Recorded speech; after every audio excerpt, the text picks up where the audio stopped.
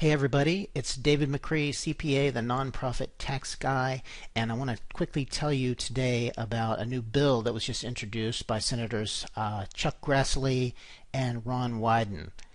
And this is a bill, it's the Taxpayer First Act of 2019. It's yet another tax reform bill, primarily to modernize the IRS.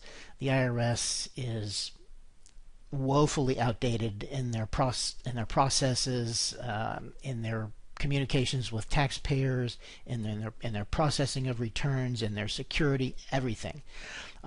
So there are some cost-saving measures in this bill that will affect small tax-exempt organizations, affect tax-exempt organizations of all sizes.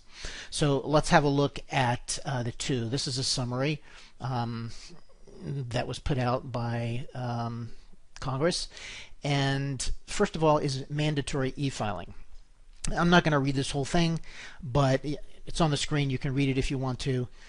Essentially, they're saying that the largest organizations have to file electronically, their Form 990, and the smallest, the ones that have $50,000 or less in gross receipts, have to file the electronic Form 990N at least. They have to file that.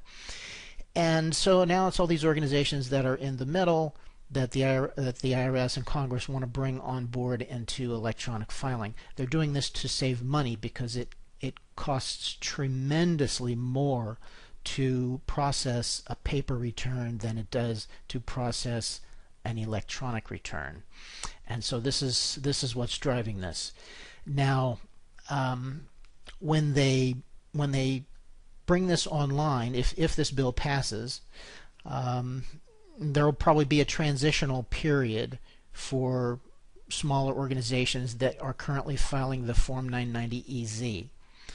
So even though if the bill is to pass and organizations that file Form 990 have to file them electronically, as I said, there will be a transitional period for the 990EZ filers, and that could take up to 2 years before they really start enforcing the electronic filing requirement, to give you some time. So if you're one of those treasurers that's sitting around every year typing into a PDF or writing on a PDF Form 990EZ, that is going to come to an end, and you're going to have to file electronically.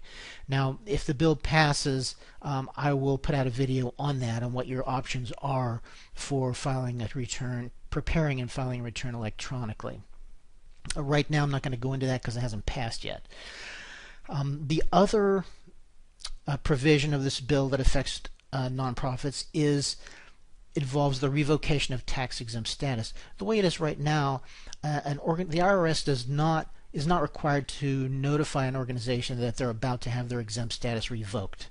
Okay, and this is obviously a problem, and so the Congress wants to change that, and they want to require the IRS that if an organization has failed to file its annual return or notice for 2 consecutive years, the IRS, before it revokes exempt status, will have to make an attempt to notify the organization that, hey, you haven't filed for 2 years. If you don't file by a certain date, then you're going to be in revoked status and you'll have to reapply. Okay. Again, this has not passed yet. It's not law. It's just a bill that hopefully will come up for a vote and will pass in some form. So if that happens, I will let you know. Some other aspects of the media may let you know. And that's about it for today. Thanks for watching, and if there's any way I can be of help to you, don't hesitate to contact me. Have a great day.